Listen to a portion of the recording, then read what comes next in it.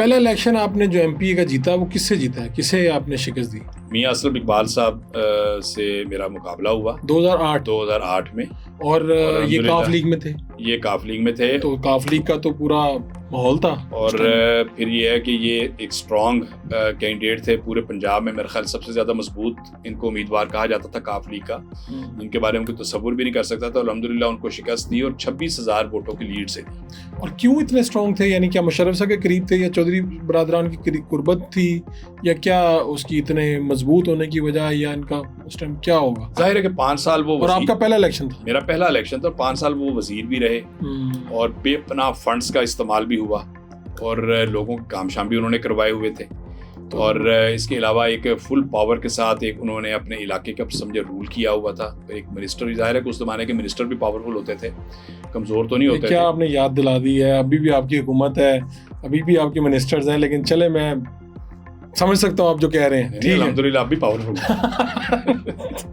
اچھا, تو پھر آپ نے ان کو شکست دی, تو پھر تو نواز شریف صاحب اور یہ سارے شہباز صاحب تو یہ تو بڑے حیران اور آپ سے متاثر ہو گئے ہوں گے اس وقت. الحمدللہ لیڈرشپ جو ہے نا جی, میاں نواز شریف صاحب ہیں, میاں شہباز شریف صاحب ہیں, ہمیشہ انہوں نے میرے اوپر اعتماد کا اظہار کیا. اور الحمدللہ ہمیشہ یعنی وہ بڑی ہی محبت کا مظاہرہ کرتے ہیں. اور جو بھی موقع آیا ہے, اگر میری کوئی سیاست کے اندر کوئی انٹرپشنز آئی ہیں تو میری اپنی غلطیوں کی وجہ سے آئی ہیں. ٹھیک ہے, میں تو اس کو اپنی ہی غلطیاں کہوں گا کہ بہت سارے جو معاملات ایسے ہوتے ہیں کہ جن کو سیاسی طور پہ دیکھنا چاہیے. تو اصل میں آپ کو بتاؤں کہ ہماری بیک گراؤنڈ ایسی ہے کہ ہم بنیادی طور پہ سیاسی لوگ نہیں ہیں. تو اس طرح کی سوچ ڈیولپ نہیں ہوئی ہوتی. بعض وہ جو اسٹریٹ فارورڈ آدمی ہوتا ہے نا جی, اس کا پھر تو وہ جب آپ سیدھی بات زیادہ کرتے ہیں نا جی, تو وہ بات کرنا بھی بعض دفعہ مناسب نہیں ہوتا. تکلفات بھی ضروری ہیں. تو جو آپ کے بڑے ہیں وہ سیاست وغیرہ میں جب اس طرح آپ کی انٹری ہو رہی تھی وہ, تو اس وقت ان کے کیا خیالات تھے, ان کے جذبات کیا تھے؟ بھائی اوکے ہے, نہ کرو, چلے جاؤ, کیا کریں؟ بہت لمبا عرصہ میرے والد صاحب نے مجھے پریکٹیکل سیاست کی اجازت نہیں دی, یعنی انتخابی سیاست میں آنے کی. سن 2002 کے اندر بھی مجھے پوچھا گیا تھا کہ آپ گلبرگ سے آپ کانٹیسٹ کریں. سردار ذوالفقار علی خان کھوسہ مرحوم نے میرے سے بات کی, تو میں نے والد صاحب سے پوچھا تو والد صاحب نے انکار کر دیا. کیا وجہ؟ وجہ یہ تھی کہ بیٹا یہاں پر حلال اور حرام کی تمیز ممکن نہیں ہے, یہ انہوں نے مجھے کہا. اچھا, میں خاموش ہو گیا. میں نے سردار صاحب کو کہا, میں نے کہا سردار صاحب والد صاحب نہیں مان رہے.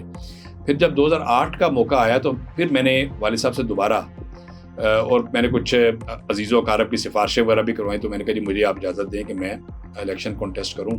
تو انہوں نے مجھے ایک ہی بات کہی کہ بھائی اجازت میں دے رہا ہوں, لیکن اس شرط کے ساتھ کہ اگر کہیں پر بھی کوئی حلال اور حرام کی تمیز کرنے کا اگر ایسا مسئلہ بن جائے تو آپ نے سیاست چھوڑ دینی ہے, اور آپ نے بالکل اپنے آپ کو اس آزمائش میں نہیں ڈالنا. تو یہ ایک ہمارے والد صاحب کے آپ کہہ لیں کہ وہ سختی تھی, یا ایک ان کا ایک ذہن تھا کہ بنیادی طور پر جو علائشات ہیں ان سے ہم نے انشاءاللہ تعالیٰ بچنا. تو یہ تو آزمائش آپ کو آج بھی دیکھنی پڑتی ہوگی, کیونکہ سیاست ہے, ہمیں تو پاکستان کی سیاست کا پتہ ہے. بالکل. یہ کرتے کیا ہیں آپ؟ یہ واقعی ایک, میں آپ کو تھوڑی دیر پہلے ہی بتا رہا تھا کہ ایک مشکل کام ہے, اور میں بعض دفعہ اپنے آپ کو انفٹ محسوس کرتا ہوں اس ماحول کے اندر جہاں پر یعنی تکلفات کے نام پر جھوٹ بولا جاتا ہے, اور لوگ بات پہ ہے. اور پھر یہ ہے کہ ایک حقوق العباد کی جو ہے پامالی وہ بڑی عام ہے. میں آپ کو اب دیکھیں, بات یہ ہے کہ یہ ہم کسٹوڈین ہیں اس فنڈز کے, جو گورنمنٹ کے فنڈز آتے ہیں ہم اس کے کسٹوڈین ہیں جی.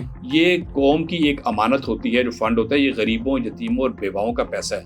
اگر خدا نہ خواستہ میں اس سے اپنی ذاتی منفعت اٹھاؤں تو مجھے بتائیں کہ نہ دین نہ دنیا, تو پھر کیا اس کا فائدہ ہے؟ سیاست تو ہونی چاہیے اللہ کی رضا کے لیے اور فی سبیل اللہ ہونی چاہیے. اور اس کے علاوہ اس کا, اور اگر دیکھیں اگر ہم کاروبار کیوں ہم کرتے ہیں کہ ہم اس کے اوپر کچھ لگا سکیں. اگر ہم کاروباری طور پہ کمزور ہیں تو میں اپنے دوستوں سے کہتا ہوں, جو سیاسی لوگ ہوتے ہیں, سیاسی دوست ہیں, کہ بھی آپ پھر رزق حلال کمائیں, جا کے اپنے بچوں کا پیٹ پالیں, آپ سیاست نہ کریں. یہ یہاں سے کمانے والا جو کام ہے وہ خراب ہے. دیکھیں یہ جو اس معاشرے کے اندر جو ابتری ہے وہ کیا ہے کہ سیاست کے ذریعے سے ہم کچھ بن جائیں. یعنی یہ سیاست خدا نہ خاصا سیاست کاروبار تو نہیں ہے. وہ لیاقت بلوچ صاحب نے کہا نا کہ جو ہمارے ساتھ آئے تھے پارلیمنٹ میں لوگ جو سائیکلوں پہ آئے تھے, وہ جاتے ہوئے لینڈ کروزروں پہ تھے اور پراڈو پہ تھے. تو یہ تو ہوا نا. اب آپ دیکھیں نا, آپ پرانے پکے لوہری ہیں, اور آپ لوگوں نے بھی دیکھا ہوگا کہ یار کس طرح لوگ سیاست کے ذریعے بھی, اور ویسے بھی جو ان لوگوں نے ویسے پبلک انٹرسٹ کو روند کے لیکن آج وہ بہت بڑے بڑے لوگ ہوں گے.